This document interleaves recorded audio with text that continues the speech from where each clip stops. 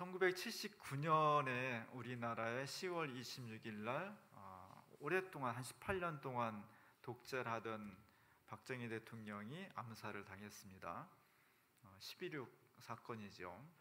그 사건이 불행한 사건이었지만 수많은 이 땅의 사람들에게는 희망이었습니다.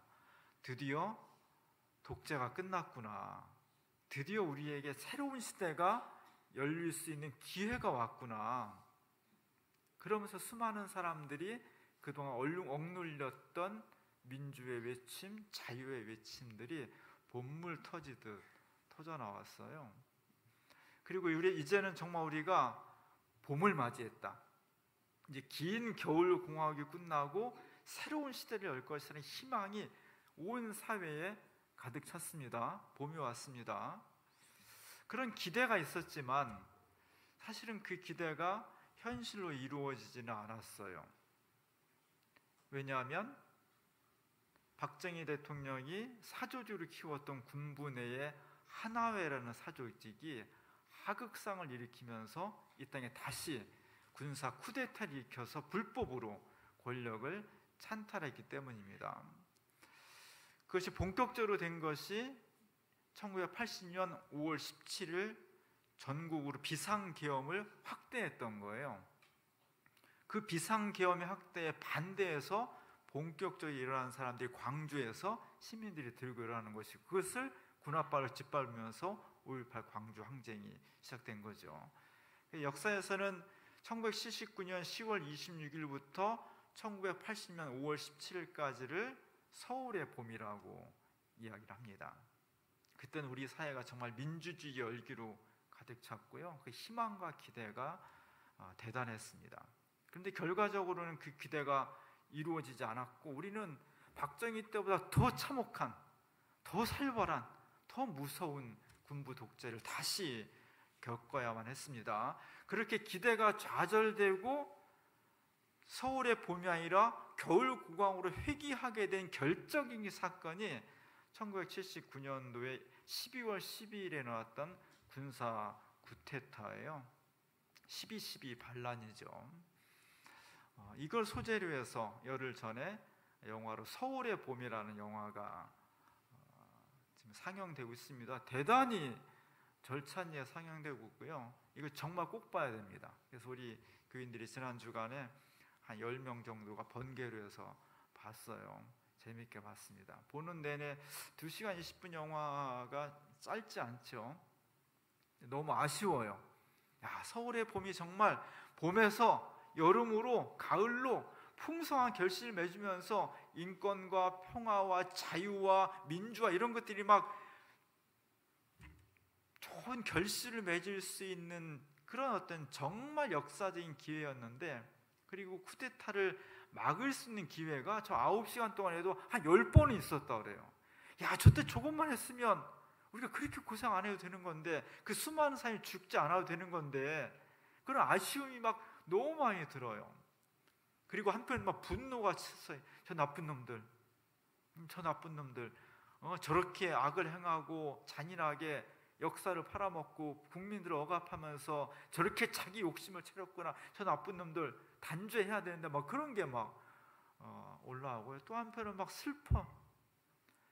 저렇게 나쁜 군인들을 막기 위해서 정말 참 군인 정신으로 총칼에 맞서서 희생당했던 사람들, 그리고 본인들뿐만 아니라 오랫동안 그 가족들까지도 비참한 생활을 하게 된 결과를 바라보면서 아쉬움과 분노와 슬픔이 막 어우러져 있습니다. 우리 교인들이 꼭 봤으면 좋겠어요.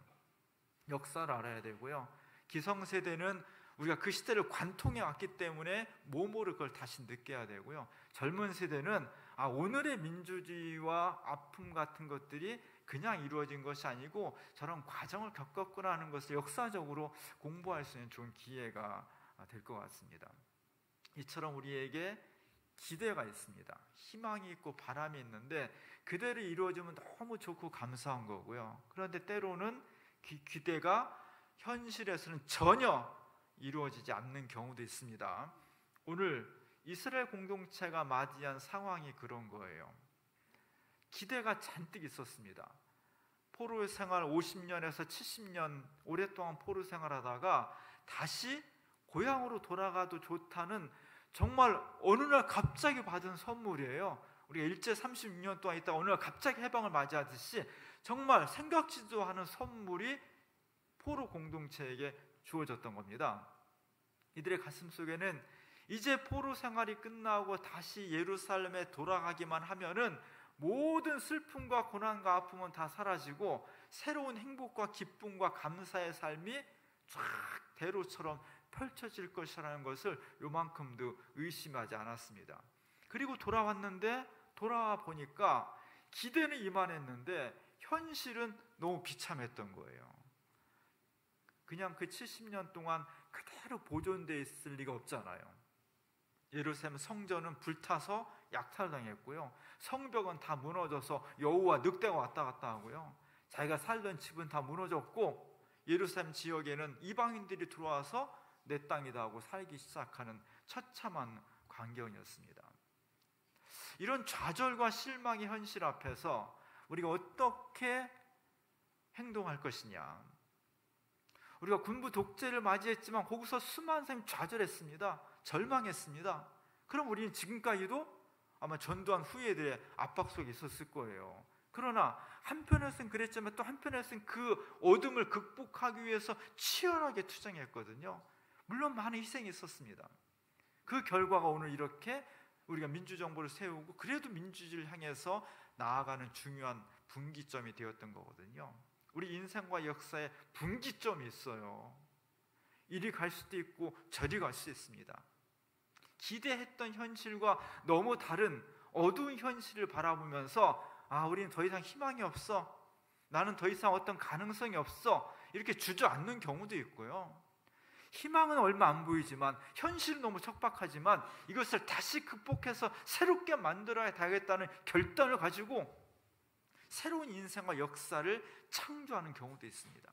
우리는 늘 그 순간순간 그 갈림길에 있는 거예요.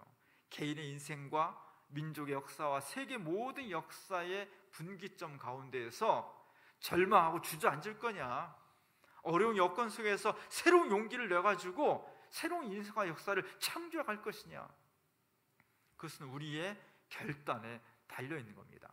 다행스럽게도 오늘 이스라엘 백성들은 그 참담한 현실 가운데서 새로운 역사를 창조하게 되었습니다. 그 중요한 역할을 했던 것이 바로 오늘 이사야 선지자의 말씀입니다. 오늘 이사야 선지자는, 이사야는 늘 세 부분으로 되어 있다 그랬죠. 우리가 늘 알고 있는 이사야는 예루살렘과 이스라엘이 멸망하기 전에 막 멸망하려고 할 때 이대로 가면 안 된다고 막 목소리를 높였던 선지자가 이사야고요. 두 번째 이사야는 그 이야기를 안 듣고 유다가 망해버렸어요. 그리고 바벨론으로 포로로 끌려와서 50년에서 70년 동안 포로로 있을 때 사람들이 다 절망에 빠졌어요. 이제 포기해야 돼, 더 이상 못해. 그럴 때 이사야라고 불려진 두 번째 이사야가 나타나서 용기를 가져라, 새 힘을 내야 된다, 하나님 구원하신다, 이런 말씀들을 막 해서 그들이 새로운 용기를 가지고 있었던 거예요. 그 용기를 가지고 있었기 때문에 포기하지 않고 끊임없이 기도할 때 하나님께 응답하셔서 새롭게 귀향을, 자유와 해방을 주셨습니다. 그리고 예루살렘 돌아왔어요. 돌아오니까 처참한 거예요. 더 실망했어. 기대가 다 무너져 버렸으니까.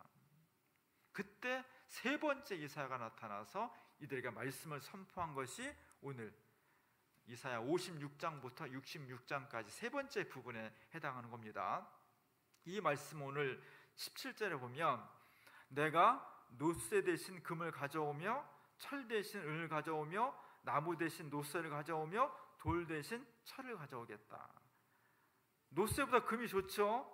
철보다 은이 좋죠. 나무보다 노쇠가 좋죠. 돌보다 철이 좋죠. 지금 있는 것보다 하나님께서 훨씬 좋은 것으로 이스라엘 백성들에게 응답해 주시겠다는 겁니다.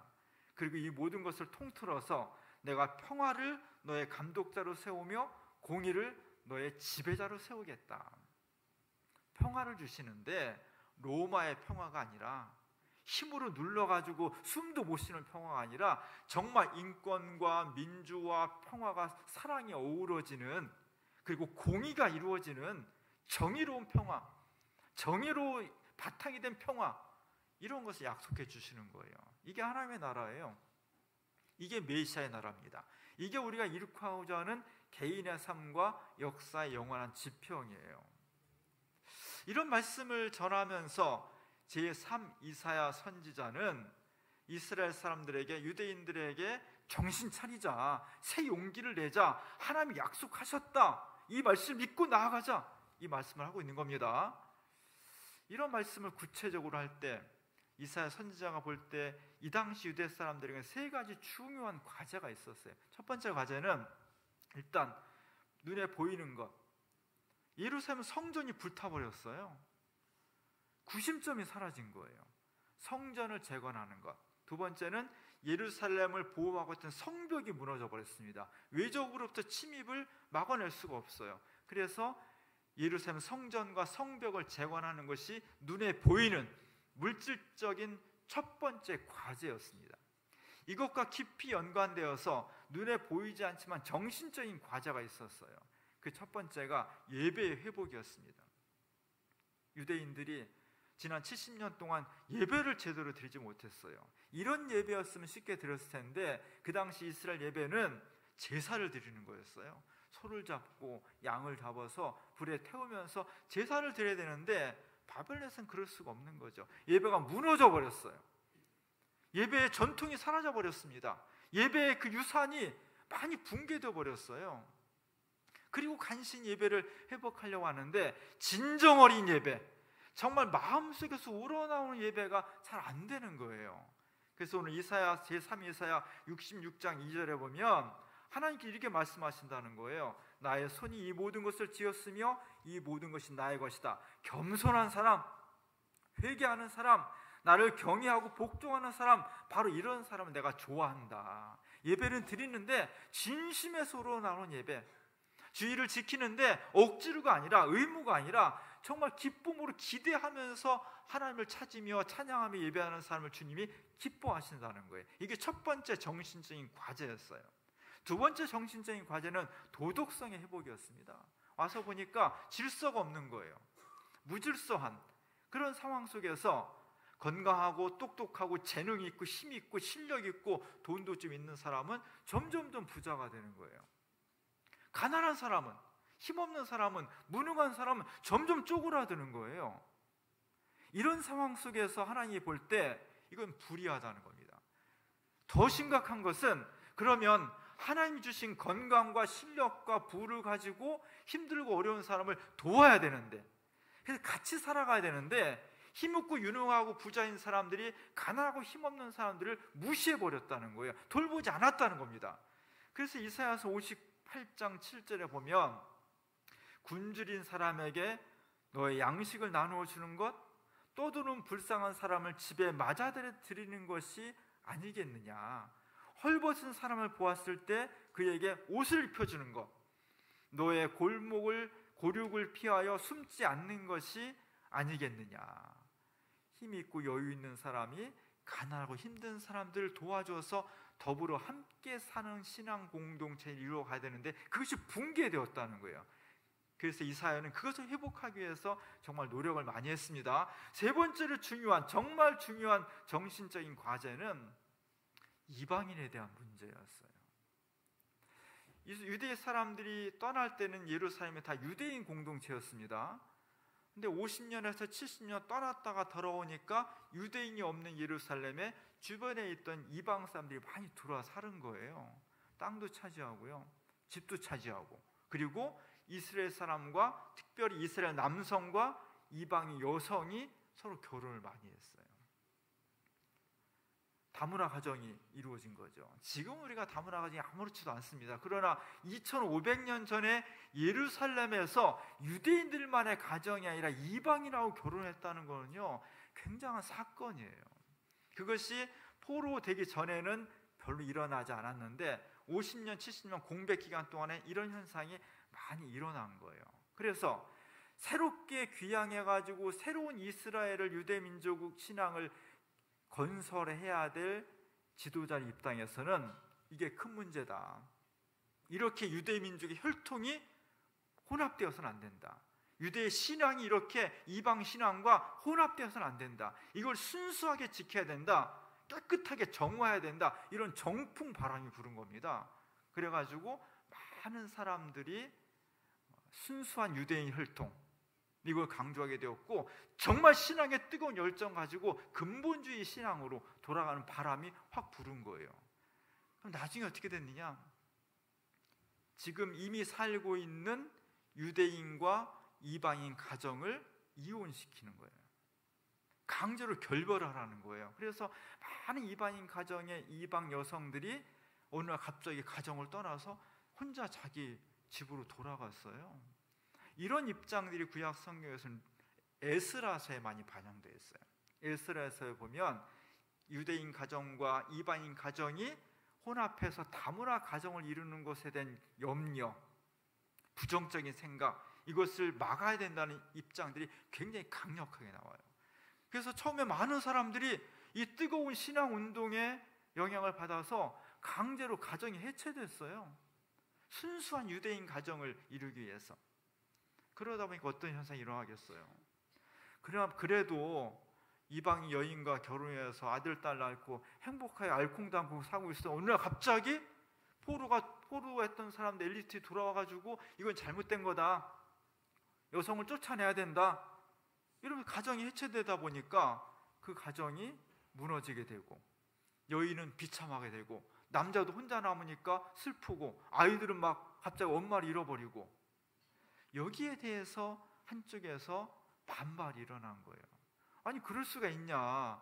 어떻게 갑자기 어느 날 갑자기 이방 여인이라고 쫓아낼 수가 있냐? 혈통으로 유대인은 다 좋고, 아무리 좋은 삶이라도, 아무리 신앙을 잘해도 그가 혈통으로 이방인이면 악인 거냐? 이런 반발이 나온 거예요. 그거에 대한 결정적인 책이 구약성경의 룻기입니다. 룻기는 룻과 나오미는 유대인이었지만 룻은 모압 여성이에요. 이방 여성이에요. 근데 자기 남편이 죽어서 먹고 살 일이 없음에도 불구하고 또 시어머니가 너 더 이상 고생하지 말고 너희 고향 땅에 가서 니네 부모님들하고 편안하게 살아, 나는 더 이상 안 돌봐도 돼, 이렇게 했음에도 불구하고 끝까지 남아서 어머니를 봉양하고 노동을 하고, 그러면서 그 가정을 살려나가잖아요. 결국 룻이 나중에 어떻게 되느냐?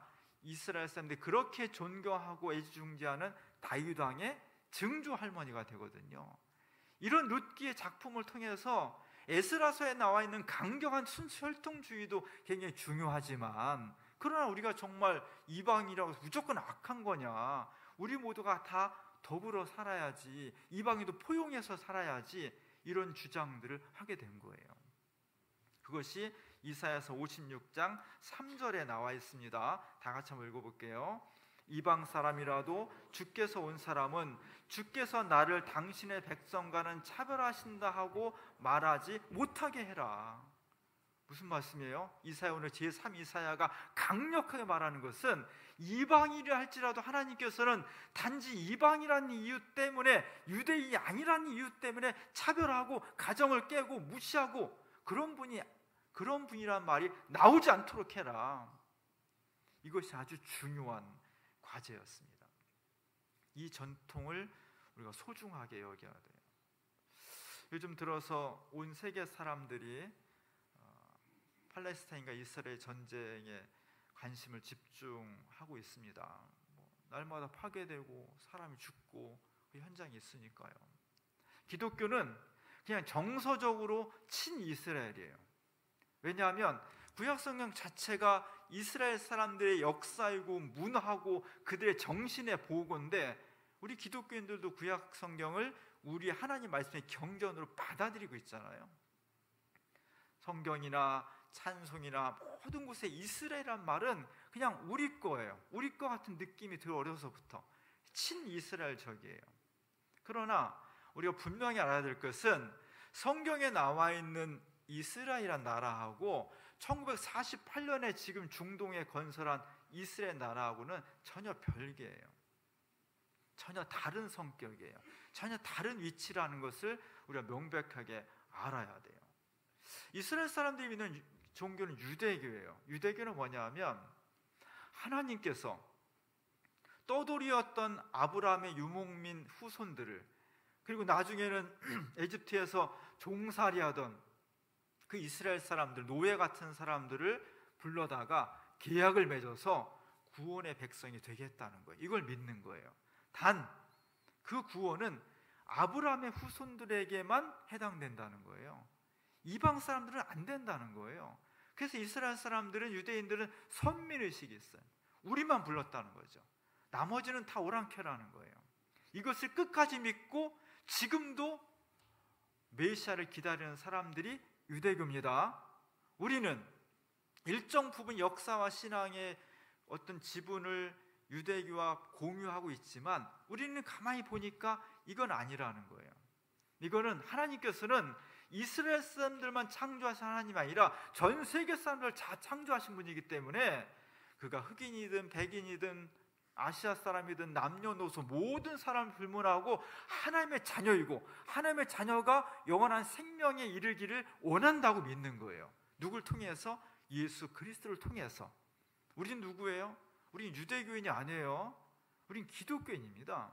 그래서 그렇게 전 세계 사람들을 예수 이름으로 포용하는 것이 기독교 신앙의 가장 핵심이에요.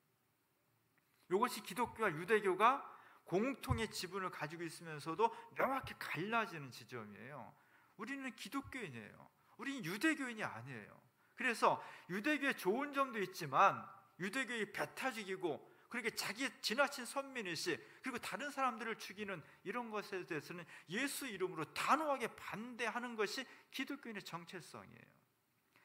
이스라엘은 1948년도에 2차 대전 후에 우여곡절 끝에 나라를 건설했어요. 그동안 1900년 동안 이스라엘 사람, 유대인들은 전 세계에서 많은 핍박을 받았습니다.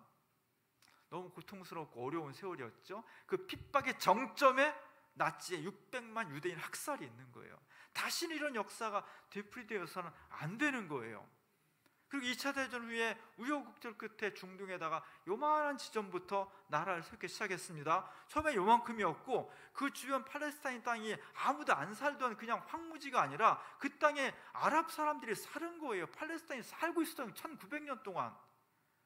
근데 어느 날 갑자기 이스라엘에 들어와서 여기 우리 할아버지의 땅이라고 얘기를 한 거예요. 그리고 거기서 멈춘 것이 아니라 점점 더 세력을 넓혀서 지금은 거꾸로 됐어요. 대부분의 땅을 유대인들이 살고 있고요. 원래 1900년 동안 살았던 팔레스타인 사람들은 쫓겨나서 한 곳에서 모여 사는 거예요. 더구나 가자지구, 지금 전쟁이 일어나고 있는 가자지구는 세종시만한 넓이에요. 거기에 230만 명이 세계 인구 밀도가 최고 높고 어렵게 살고 있는 거예요. 거기는 창살 없는 감옥이에요. 그곳에 살고 있는 거예요. 물론 이번 전쟁이 하마스가 갑자기 이스라엘에 쳐들어와서 납치하고 이런 악을 행했지만 이스라엘과 팔레스타인 관계는 그 사건만 볼 것이 아니라 그 이전부터 쭉 이어왔던 연속선상에서 봐야 돼요. 그것은 1900년 동안 특히 나치에 의해서 말 못할 핍박과 학살을 당했던 유대인들이 이런 아픔을 당했구나, 우리가 다시는 우리 이런 세상을 만들지 말아야지, 그래야 되는데 지금은 거꾸로 지금 유대인들이 팔레스타인 사람들에 대해서 똑같은 악을 강자로서 행하고 있는 거예요. 이건 기독교인으로서 절대로 받아들일 수 없는 겁니다. 이렇게 되면은 평화가 이루어질 수가 없는 거예요. 정의로운 평화는 뭐냐면 한쪽이 한쪽을 완전히 쫓아내서 멸절시켜서 이루어지는 평화가 아니라 더불어 함께 살아가는 삶. 오늘 이사야 선지자가 말한 것처럼 이방인까지도 함께 더불어 살아가서 하나님의 자녀로서 공존할 수 있는 삶이 가장 중요한 정의로운 평화예요. 그 정의가 어느 시점에서 이루어질 거냐는 치밀한 논의를 해야 되겠죠. 오늘 제가 주보 그림에 1993년도에 찍은, 미국 사진가가 찍은, 제목도 없어요. 그냥 제가 친구라고 이름을 붙여봤는데 사진을 실었어요. 11살, 12살 배기 소년이 어깨동무를 하고 있습니다. 한 사람은 팔레스타인 두건을 썼고요, 한 소년은 유대인 모자를 썼죠. 저 둘 사이에 인종, 종교, 문화 이런 차이가 들어설 자리가 없어요. 이 사이에 뭐 죽고 죽이고 그런 관계가 들어설 자리가 없습니다. 그냥 거기는 또래 천진난만한 두 소년이 어깨 들고 장난치면서, 저 앞에 보이는 것은 예루살렘의 유대인과 팔레스타인 공동 거주 지역이에요. 그를 바라보는 거예요. 우리가 바라보는 세상은 저런 세상이어야 한다는 거죠. 1993년도에 저 사진작가가 사진을 찍어서 온 세계에 큰 반향을 일으켰습니다. 왜냐하면 저때 이스라엘과 팔레스타인 해방기구 피에로 사이에 전쟁이 하고 있었거든요. 그리고 평화협정을 만들기 위해서 애를 쓰고 있었거든요. 그때 바로 1993년도에 이 사진작가가 저 사진을 찍어서 전 세계에 알렸습니다. 물론 나중에 저 사진이 연출된 사진이었다, 진짜가 아니라, 진짜는 이스라엘 소년 2명을 데려다가 한 명은 아랍 팔레스타인 소년으로 분장을 시켜서 했기 때문에 거짓 사진이다, 속였다, 막 이런 논란이 있었지만, 좀 그러면 어때요? 꼭 인생이 다큐여야 되나? 극적인 것도 있어야지. 저기서 말하고 있는 것은 진짜냐 아니냐가 아니라, 진짜 친구 사이의 연출이냐가 아니라, 팔레스타인과 이스라엘 사이에 정말 저 소년들처럼 어깨를 걸고 평화롭게 서로 우정을 나누면서 공생 공존을 할 수 있는 세상을 만들어야 되지 않겠냐고 한 거잖아요. 그게 연출이면 좀 어떠냐고요. 오늘 우리들 사이의 삶 속에 저런 모습들이 이루어져야 되는 거예요. 서로가 서로를 없애고 나만 잘 살겠다? 이건 절대로 여호와 하나님의 생각도 아니고요, 예수 그리스도의 생각도 아닙니다. 적정한 선에서 서로를 존중하면서 알콩달콩 살아가야지, 공존해야죠. 그래야만 평화가 이루어지고, 그것이 로마의 평화가 아니라 진정 정의에 바탕한 평화가 가능할 수 있는 겁니다. 대림절 첫 번째 주일을 맞이했습니다. 예수님께서 평화의 왕으로 오셔요. 그 평화는 힘으로 이루어지는 평화가 아니라, 한쪽이 한쪽을 숨막히도록 짓눌러서 아무 말도 못하게 하는 그런 평화가 아니라, 자유와 인권과 생명이 적절하게 조화된 그것에 바탕한 평화, 그것이 정의로운 나라고 정의로운 평화고, 그것이 바로 세상 평화와 다른 메시아의 평화가 되는 겁니다. 우리 교회가 이 일을 위해서 기도하고 그런 분위기를 만들고, 때로는 싸우고, 그러면서 정말 주님이 오시는 이 세상에 메시아의 평화, 정의로운 평화가 이루어지는 그 일을 함께 기도하고 노력하는 교회가 될 수 있기를 주님의 이름으로 간절히 축원합니다. 기도하겠습니다. 평화의 왕으로 오시는 주님, 주님의 오시는 길을 예비합니다. 나하고 좀 다르다고, 낯설다고, 그래서 배제하고 모욕하고 삶을 빼앗는 것이 아니라, 똑같은 하나님의 자녀로서 어떻게 우리가 공존할 수 있을지, 더불어 함께 행복한 삶을 살아갈 수 있을지 기도하고 연구하고 협의하고 노력하는 우리 예수 믿는 사람들 되게 하옵소서. 대림절 기간을 통해서 우리 사회와 지구촌 곳곳에 학살의 현장이 변화되어서 새로운 생명의 현장, 평화의 현장으로 바뀌어 메시아의 오시는 길을 예비하는 저희들 되게 하옵소서. 예수님 이름으로 기도합니다.